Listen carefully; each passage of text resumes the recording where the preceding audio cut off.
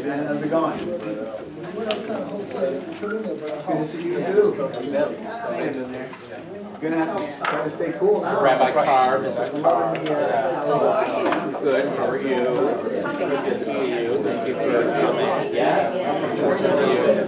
That at my house and stuff that I've never really. It's alright, it is. Wow. I appreciate you coming.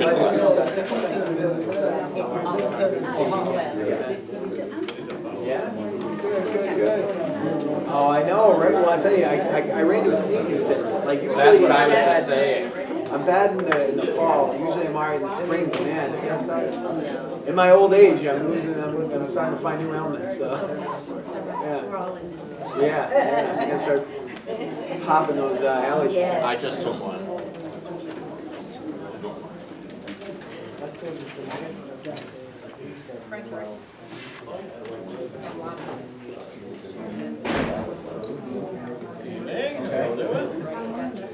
Yep.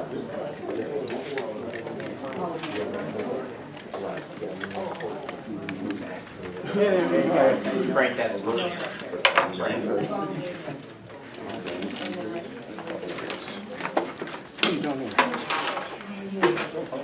you doing? Doing fine. Good to see you again. You know, I've talked with David, and we're all on the same page. About Yes.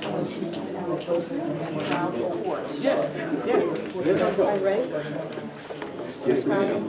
But you're yes. Hi. Hi. What's the name of the alley?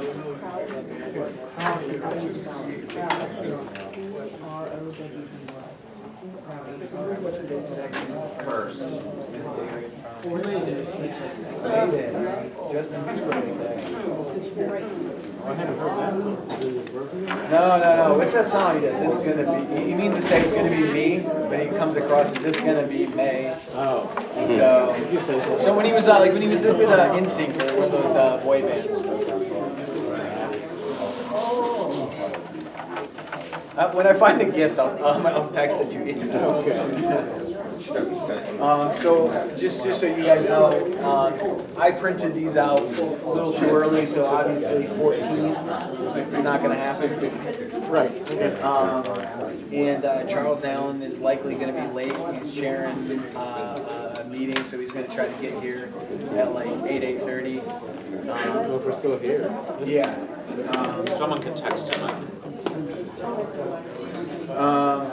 And so we move off, and then we have a couple of guys, one from the U.S. Attorney's Office and one from the Office of the Attorney General. They're going to each give like a less than a minute quick spurt after the cops. Okay. Let's go. We start. We have a copy. All right, it's 6:30, so we're going to call this this meeting to order, and we'll allow the secretary to take roll call.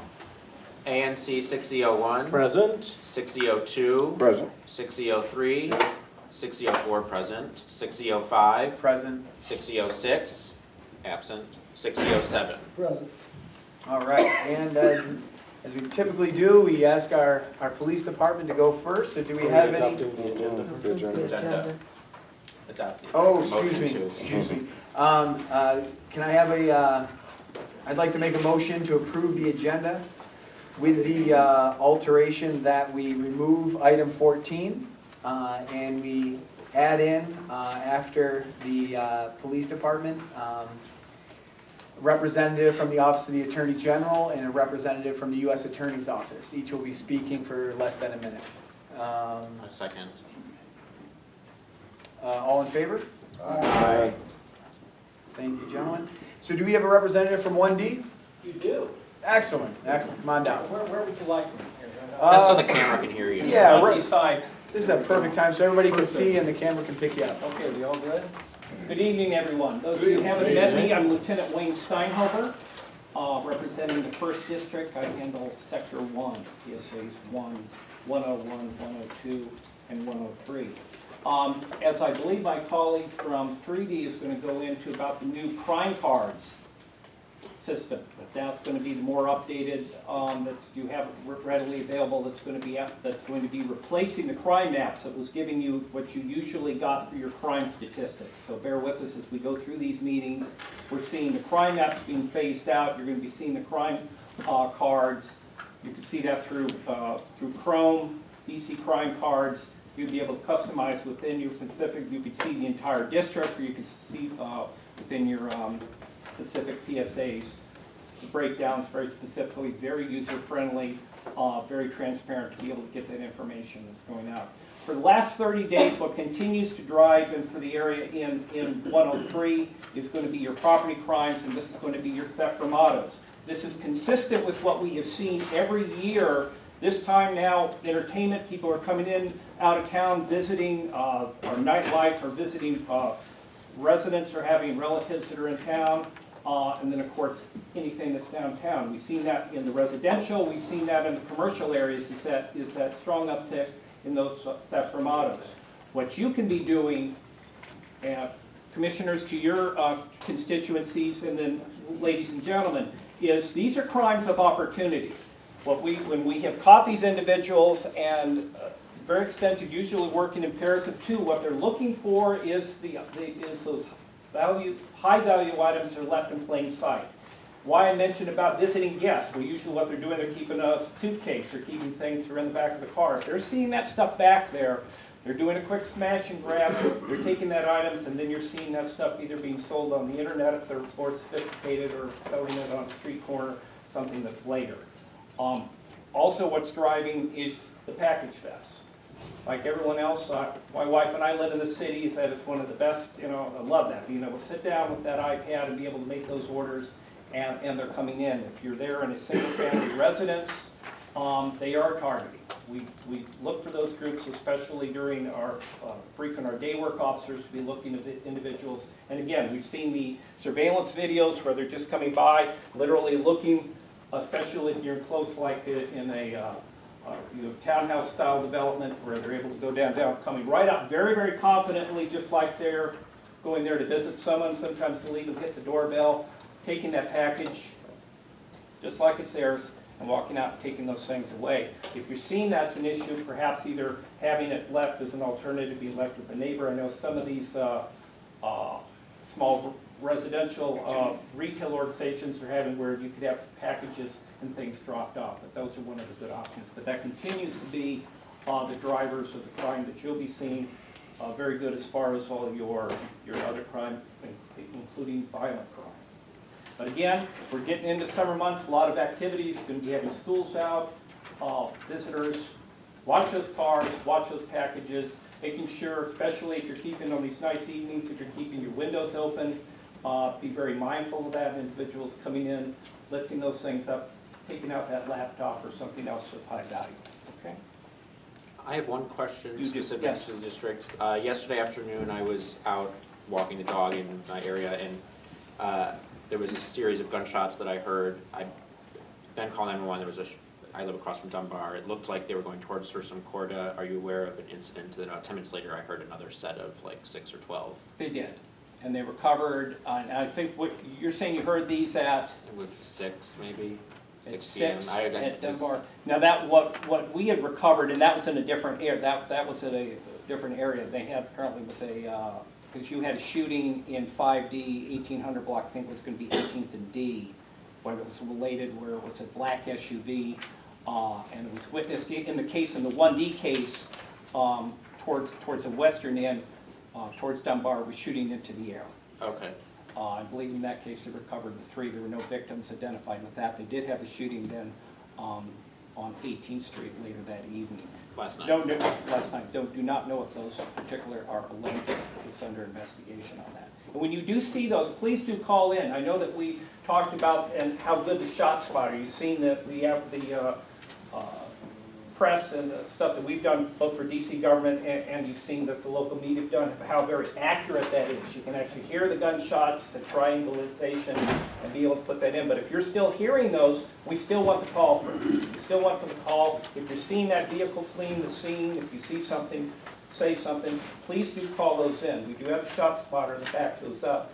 but it's very helpful when you're looking, if you're seeing that one, safe, of course, when it's safe to do so, if you're able to see something, particularly in a vehicle description, and that was the case there, that we had ShotSpotter picked it up, we were able to get into the area very, very quickly. Units, citizens flagged down, the responding officers were able to get the lookout for the vehicle, and then of course we put that out citywide quite immediately. So we have officers and I was out on the street looking for that vehicle. Okay? Does that answer your question? What else, folks? Are you sure? Going once, twice? I have one question. Sir, Do you have any plainclothes officers out in the streets? we do. We have our intel units that go out, that are looking, they're identifying those career criminals that are going out. When we have particular protests that might be violent, we have our intel people that are looking at that. We'll have our buy-bus teams that go through our NSID. Usually in the districts, we're not doing too much of that operations, and the vice units, again, have been put into regular uniforms. And that's more proactive with that. So I know you've seen probably the older traditional where you have the raid vests and the blue jeans and stuff. You've seen away from that, but those units at the district level, for the most part, are going to be in uniform, easily identifiable as police officers with body cameras, but we still do appropriate undercover operations. Okay. Answer for you. Anything else?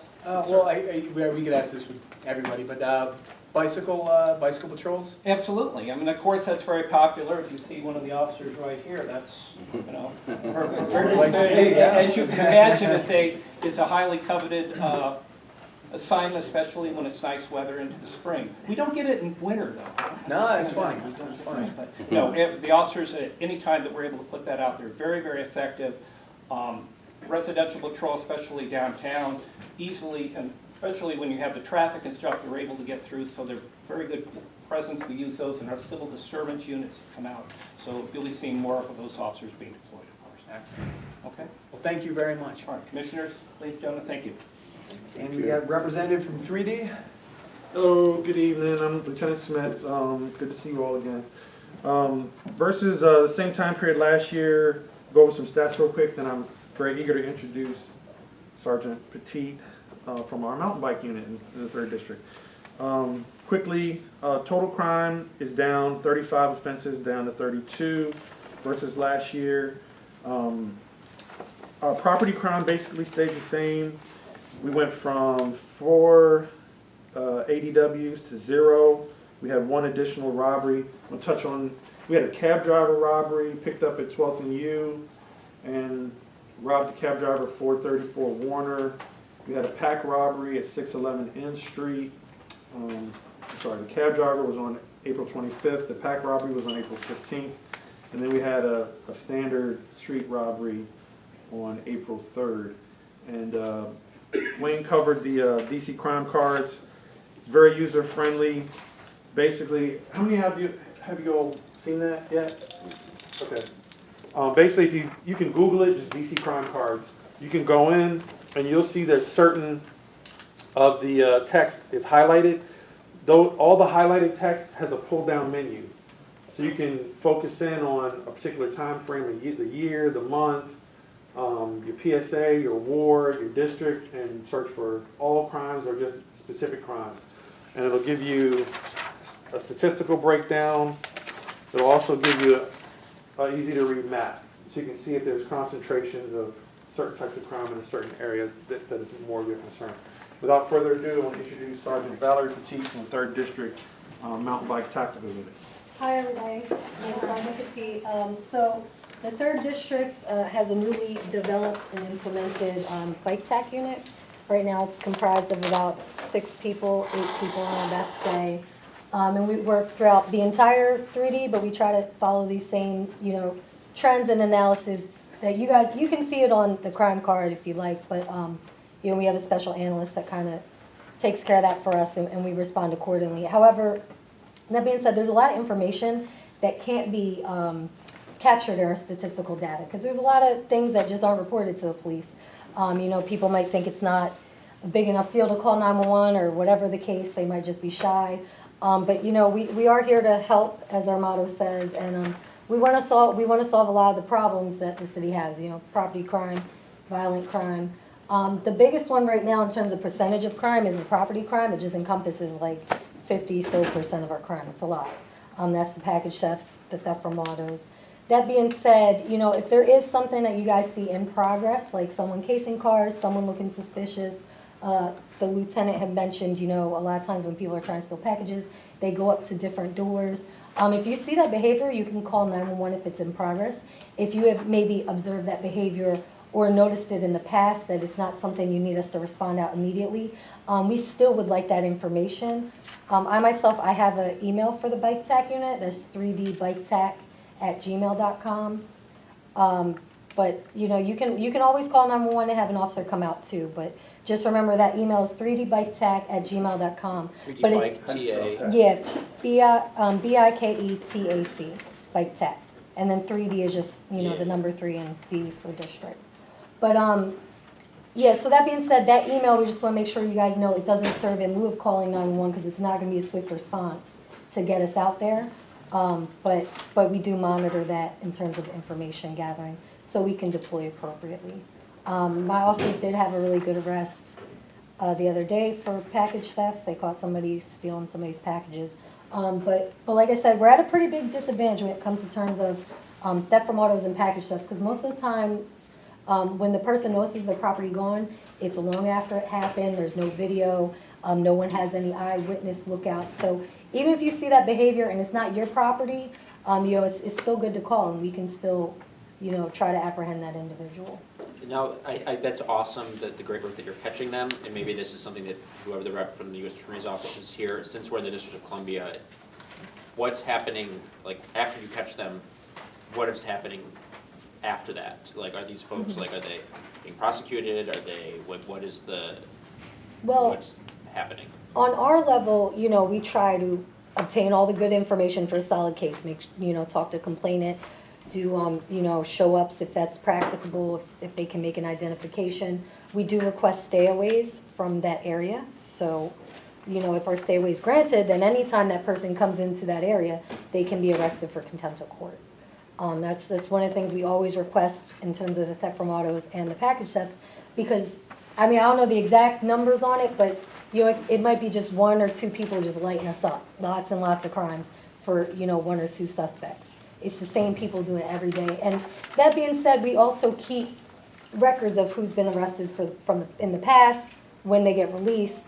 So if we see them committing the same suspicious behavior or being in the area where the court has granted a stay-away, then we know to deal with them appropriately. And let me touch on something real quick regarding the package theft. And we've talked about this before. If you get video, even if somebody didn't steal your package, but they came up and you got a nice, beautiful Nest or Ring doorbell, and they came and they checked your front, and you got a video of it, send us that video too. Because he may steal your neighbor's package, but we don't get a good face shot of him when he stole your neighbor's package, but we got a good face shot of him when he walked on your front porch. And he's wearing the same exact clothing, and we can combine both of those videos and have a good case. You see what I mean? And so that's why it's important, you know, if you have those cameras and if you think somebody's trying to commit a crime, even if they don't, go ahead and send us that information. And we can get them identified in your neighbor's case or a case from a week before or whatever based on clothing sometimes as well. Right. Yep, and that's a very valid point. And DC has this camera rebate program, which is excellent. I know I got 2 free cameras out of, I think it was Verizon or wherever. But by the time I did my rebate, it was free. So, you know, that's worth looking into. I believe it's like $200 per camera, up to $500 or something like that. So. Any Y'all have any other questions? questions? One question, we don't ever have crime prevention seminars, like teaching the citizens in the community how to leave things in plain sight? Maybe it won't stop all of thefts, but they will cut back. We actually have flyers that we'll leave and we'll go and put them out. They look like tickets. Okay. So when you pick them up, you're like, oh man, oh. That's not a Yeah. ticket. So, you know, give you some They draw idea, hey, don't attention. leave stuff in your car and, you know, particularly if we see something in somebody's car. We'll also try to locate the homeowner and knock on the door and say, hey, you got something left in the car. Right, like last night, we had somebody who left a purse in their vehicle, and, you know, we went through all means to contact them and make sure they would come to their vehicle and get their purse out. So yeah, that's important to know. But, you know, DC is a very transient city, so, like, even if we put it out there and we tell you guys so you guys can put it out there, there's still gonna be a lot of people coming from out of town, clubbing, whatever, people coming to work in the city and they leave stuff in there. So, and then sometimes, I mean, most of the time it's property in there that the suspect sees and breaks in the carport, so. And I apologize if you said this already. You're going around leaving those faux tickets that inform people that they left something. Yeah, that- yeah, if we see them, we have those, as well as we'll try to find the owner. Okay, We'll run the tags, and if they're local, we'll knock on the door and try to let them excellent, know. that's fantastic. What we do typically is like, we hit up the whole block with the flyers, because we can't just pick the people who have stuff in their car, because it's Sure, like, sure. hey, criminals, get this one, you Right, know? right, It's right. like, we're just flagging the ones that are good for the picking, but yeah, we do put those out there, and pretty much mention it at every single community meeting I've ever been to, so that, that message can be disseminated throughout the community. Excellent. Well, do we have any other questions from the audience? All right. Well, thank you very much for coming. Do we have any representative from 5D?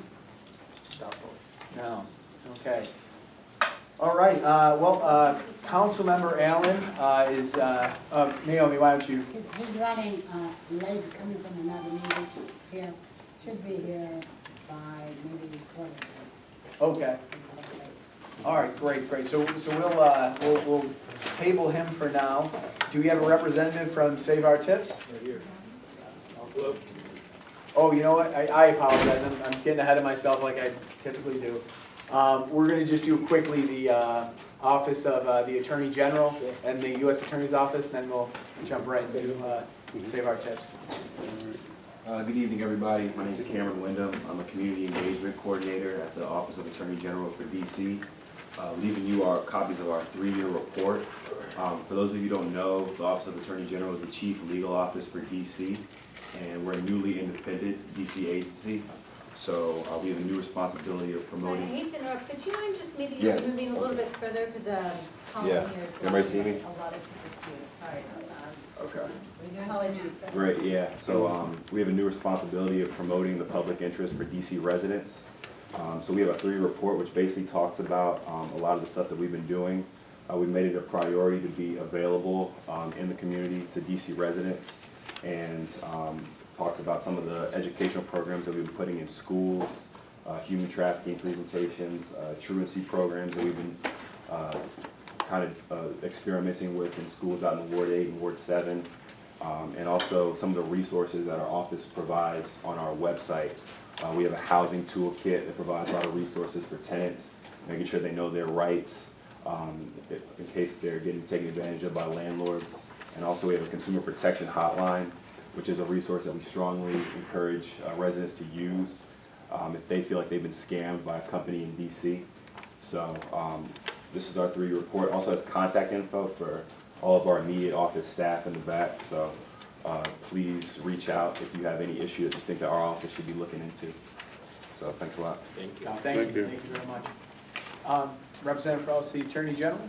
Or I'm sorry, U.S. Attorney. U.S. Attorney's Attorney. Office. Excuse me. Good afternoon. Just so they can see. Yeah, just come a little more toward it. All right. So my name is Roger Kemp. I'm an Assistant U.S. Attorney here at the U.S. Attorney's Office from the District of Columbia. Thank you for having me this evening. I just wanted to talk about a visit that the U.S. Attorney will be having to this area. The new U.S. Attorney, her name is Jessie Liu. She was an Assistant U.S. Attorney years ago, and then left to go to the Justice Department where she worked in the Civil Rights Division. She is now the U.S. Attorney for the District of Columbia. She will be in the area at the 3rd District Citizens Advisory Council. And I'd like as many people as possible to come to share with her your concerns, your thoughts about how the office should operate, and also hear from her what her initiatives are. And I think that would be a very good interaction. Again, it's going to be at the 3rd District Police Station on B Street between 16th and 17th. It's going to be at 3 o'clock on, I'm sorry, it's going to be at 7 p.m. On the 24th of this month. May 24th, 7 p.m. at the 3rd District Police Station. As many people as come as possible. You can ask questions, hear what her vision is, and I would appreciate that. The last time we had this, the U.S. Attorney for the District of Columbia was Channing Phillips. It was a great turnout. He was able to share his thoughts and took a lot of what he heard into figuring out what direction the office should take, specifically with respect to prosecuting violent crimes in this area. Any questions about that visit that's coming up on the 24th of this month? You said 24th? At 7 PM. At 7 p.m. The 24th of this month, May 24th, 7 p.m. We'll be sure to put that on the ANC calendar. Thanks, If you go to anc6e.org, we have an events calendar, that'll be on there. It's between 17th and 16th? Mm-hmm. One B. Being used in Victor. Yeah. Thank you. Thank you so much, appreciate it. Good evening. Our representative from Save Our Tips? Good evening, everyone. Thanks for allowing us to have a little bit of a platform here. There will be a primary. Could you identify yourself for the record, please? I'm sorry. I'm a little nervous. It's my first time ever doing this. No, you know, I was just thinking, why don't you stand over here? I'm gonna move that camera a little bit so it picks up a little bit better on our guests. Would that? That's good. Yeah. Oh, that's perfect, that's perfect. My name is Kareem Suma. I've been working in the service industry for 17 years now. It was brought to my attention a few months back that there's an initiative that will be on our primary ballot on June 19th. The initiative will reveal that minimum wage will be increased. It's a federally mandated increase that will kick in as early as July 1st, I believe. Many states have a number, but that's going to be federally mandated. There was an amendment to the initiative proposed in December to eliminate earned wage credit, which was what we know and recognize as tips, okay? I will vote against this initiative. I'll explain why. I don't believe that the federal minimum wage will be affected if I do. I think that it's a reflection of people not understanding the thin margins and the really good culture that we've developed in Washington, D.C. The restaurant industry has expanded tremendously over the last 10 years, and the community has benefited from it. It's allowed me to make a higher wage and be able to maintain my living status in this city as well. And it gives me a little bit more flexibility so that I can go ahead and enjoy other dynamics in my life. It's very difficult for a lot of my colleagues to explain the logistics of all of this, but the bottom line is there are a lot of things that are being purported about our industry that suggest that I have lesser opportunity than, say, a white person to succeed, that women have to do a little bit more to accrue tips, that operators are pinching from us. You know, 96% of the restaurants in Washington, D.C. and bars are owned by small business owners, okay? The profit margins for restaurants at 10% is a wild high. So the tipping culture actually balances out an operator's books, if that makes sense. It makes the labor less intensive in already very intensive situations. I believe that there's a meritocracy in the field of the restaurant industry and the bar industry that allows us to be competitive, but to still seek our professional goal within the operation. So I accept the challenge of betting on myself over the $15 wage increase. I accept that challenge. I think most of my colleagues do. I think most of my colleagues, unfortunately, probably can't vote in DC, so it's important for you guys to know this. Maybe you have family members that have worked in the industry before, maybe you have worked in the industry before. It's ideal for those who are trying to balance an education and live in the city. It's ideal for a guy my age to be able to live in the city. I think, again, just to be clear, because there are going to be a lot of things said about the restaurant industry culture, that I believe in my 17 years of experience, we've expanded so dramatically. We've grown new small business owners at such an accelerated rate, and we've provided more jobs with more diverse, work environments, that I wouldn't want the culture to change here in DC. I think that there are effective things that have been happening across the country, but these are locations that primarily feature an assortment of Applebee's and TGI Fridays and stuff of that nature, in which I still agree in a minimum wage increase. I just don't think it should be at the behest of our tips. Thank you, sir. Would you like to take questions? Sure. Yeah, does anybody on the It's commission? caught a lot of people by surprise, so. Sure. Anybody on the commission have questions? Not so much a question, but a comment. In my day job, I deal with all the restaurants and bars here in the Shaw neighborhood. And I've heard from many servers and bartenders and waiters that they are concerned that they actually make more today with tips than they would under this new proposal. And I think that it's worth people, if they are interested in this topic, you know, looking into it more before they cast a vote, so you understand what you're voting for. Sometimes ballot propositions are worded in such a way so that, you know, when you're voting yes, you're actually voting against what you think you're voting for.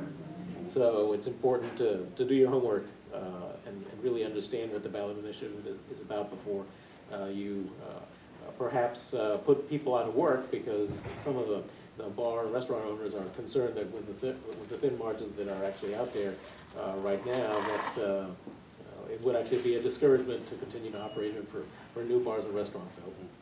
In my experience, I've had colleagues ascend in roles within the industry that they never thought feasible. They started, you know, as a bar back with very little English, maybe perhaps. They worked hard, you know. They became a bartender. Then all of a sudden they became a manager, and now they own their own place. That's the dream. You know what I mean? So for me, I don't want this opportunity ripped away from the younger people who are trying to afford a good education while balancing out their lives. For people who are single-family home operators, you know, this I'm sure helps. You know, as a parent, I'm not one, but I can only imagine. And it's expensive to live in the city. And no other way to slice it. I think 77,000 is the median average. So, you know, I did the math at $15 an hour, 45 hours a week. That's $32,500.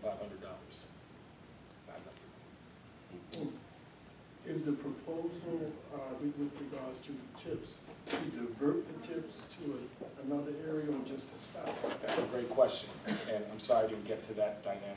So what would happen if tips were eliminated? So restaurant owners would have to think of how to best marginalize the damage. They're always worried about cost control. So what would happen is probably in my restaurant, I work at Riss, okay? It's on the west end, it's on 23rd and L. Lovely restaurant, by the way. I guess you're not right? What would first happen is there would probably be a bidding war amongst the best of us, because $15 an hour probably wouldn't be enough to keep your best workers. So you then have to pick and choose who you want to keep. You go ahead and make that determination. And then what else would happen, and this affects the guest experience, the first thing that would happen is that they would have to marginally increase prices on the menu, right? So a $15 glass of wine becomes an $18 glass of wine. Your $15 burger turns into a $19 burger, et cetera, et cetera. And then they would apply a service charge. Depending on the establishment, they pick the number. It could be 18%, 20%, 25%. You would be subjected to it. So what would happen to the service charge? The service charge then becomes property of the owner. Okay, so the owner can then decide how to distribute or portion that service charge, however which way she or he feels. Okay.